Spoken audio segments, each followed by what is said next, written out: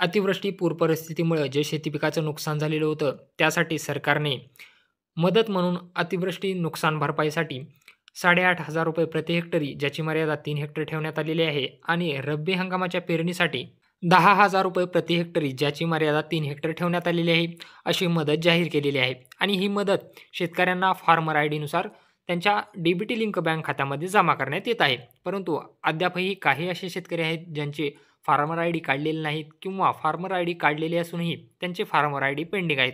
अशांसाठी आता आनंदाची बातमी आहे. कारण ज्या शेतकऱ्यांचे अनुदान जमा झालेले नाही त्यांच्यासाठी ई-के-वाय-सी म्हणजे आधार प्रमाणीकरण वेबसाईट सुरू करण्यात आलेली आहे आणि आधार प्रमाणीकरण म्हणजेच ई-के-वाय-सी कशी करायची याबद्दलची माहिती आज आपण या व्हिडिओमध्ये जाणून घेण्याचा प्रयत्न करणार आहोत. त्यापूर्वी तुम्ही चॅनलवर नवीन आला असाल तर चॅनलला सबस्क्राईब करा, तसेच बेल आयकॉनला प्रेस करायला विसरू नका.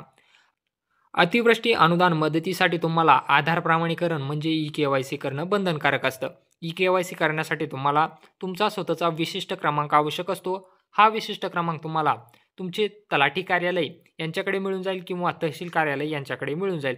तुमच्याकडे विशिष्ट क्रमांक असेल तर याची ई-के-वाय-सी म्हणजे आधार प्रमाणीकरण कसे करायचे चला तर मग या व्हिडिओमध्ये पाहू. आधार प्रमाणीकरण करण्यासाठी तुम्हाला महाऑनलाईनची आयडी असणं आवश्यक आहे. म्हणजे ज्यांच्याकडे महाऑनलाईनची आयडी असेल असेच CSC-VLE किंवा ग्रामपंचायत ऑपरेटर ही के-वाय-सी आधार प्रमाणीकरण करू शकतात.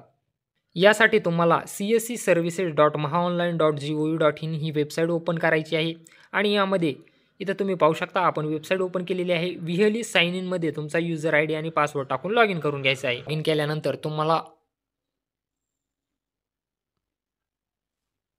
असा एक पॉपअप मेसेज दाखवणार आहे, त्याला तुम्हाला ओके करायचं आहे.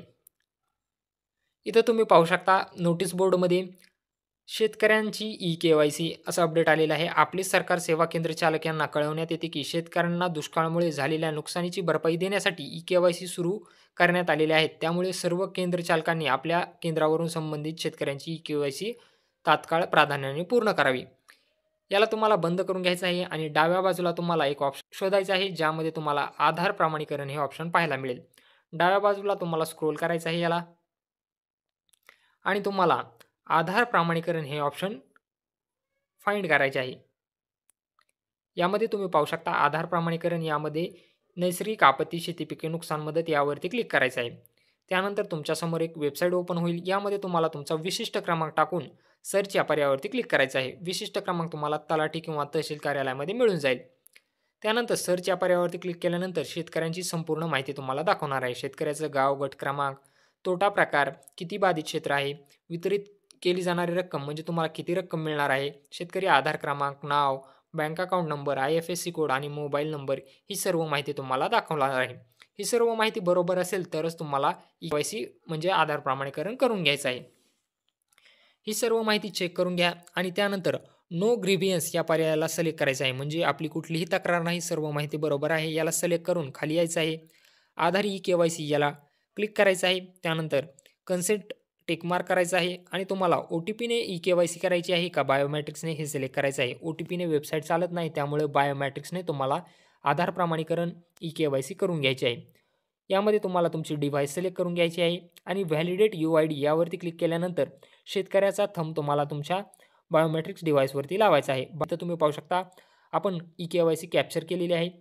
इथं तुम्ही पाहू शकता यांची रिसिप्ट ही निघालेली आहे. शेतकऱ्याची अशा प्रकारे रिसिप्ट निघणार आहे. याची पावती तुम्हाला त्या शेतकऱ्याला द्यायची आहे. आपले आधार प्रमाणीकरण झाले आहे. या पावतीवरती तुम्ही पाहू शकता ही पावती शेतकऱ्याला द्यायची आहे, तसेच सेव्ह करून ठेवायची आहे. जर यामध्ये तुमची काही तक्रार असेल म्हणजे तुमचा आधार नंबर चुकलेला असेल, तुमचं बँक अकाउंट चुकलेलं असेल, तुमचं नाव चुकलेलं असेल तर त्या खालील हे पर्याय सिलेक्ट करायचे आहेत. तुम्ही जर ई-के-वाय-सी करू शकत नसाल तर इथं तुम्हाला enable to authenticate I agree with all याला सिलेक्ट करून ई-के-वाय-सीची तक्रार करायची आहे आणि ती तक्रार पावती घेऊन तुम्हाला तलाठी आणि तहसील कार्यालयामध्ये जायचं आहे. जर तुमची ई-के-वाय-सी होत नसेल तर हे 2 नंबरचा ऑप्शन सिलेक्ट करायचं आहे. जर तुमचं आधार नंबर चुकलेला असेल तर 3 नंबरचा ऑप्शन सिलेक्ट करायचा आहे आणि ई-के-वाय-सी करून त्याची पावती घ्यायची आहे. गट क्रमांक चुकला असेल तर 4 नंबरचा ऑप्शन, बँक डिटेल चुकली असेल तर 5 नंबरचा ऑप्शन आणि यामध्ये तुमचं नाव, आधार, गट क्रमांक आणि बँक डिटेल्स हे सर्व चुकलेले असेल तर 6 नंबरचा ऑप्शन आणि यामध्ये नाव आणि आधार चुकलेलं असेल तर 7 नंबरचा ऑप्शन आणि फक्त नाव चुकलेलं असेल तर 8 नंबरचा ऑप्शन सिलेक्ट करून तुम्हाला तक्रार पावती काढायची आहे आणि ती पावती घेऊन तलाठी तसेच तहसील कार्यालयामध्ये जमा करायची आहे. तर अशा प्रकारे ज्यांची ई-के-वाय-सी राहिलेली आहे त्यांनी लवकरात लवकर ई-के-वाय-सी प्रक्रिया पूर्ण करून घ्या. ई-के-वाय-सी केल्यानंतर तुमचे अनुदान 10 ते 15 दिवसामध्ये तुमच्या डी-बी-टी लिंक बँक खात्यामध्ये जमा केले जाते. ई-के-वाय-सी करत असताना तुम्हाला बायोमेट्रिक्सनेच करायचे आहे. प्रमाणीकरण संबंधात तुमचे काही प्रश्न असतील तर ते तुम्ही कमेंट बॉक्समध्ये नक्की विचारा. त्या प्रश्नांचं उत्तर देण्याचा आपण पुरेपूर प्रयत्न करू. आपलं टेलिग्राम तसेच WhatsApp चॅनलही असून तेही तुम्ही जॉइन करायला विसरू नका. व्हिडिओ आवडला असेल तर चॅनलला सबस्क्राईब करा, व्हिडिओला लाईक आणि हाईप करा आणि व्हिडिओला तुमच्या शेतकरी मित्रांसोबत नक्की शेअर करा.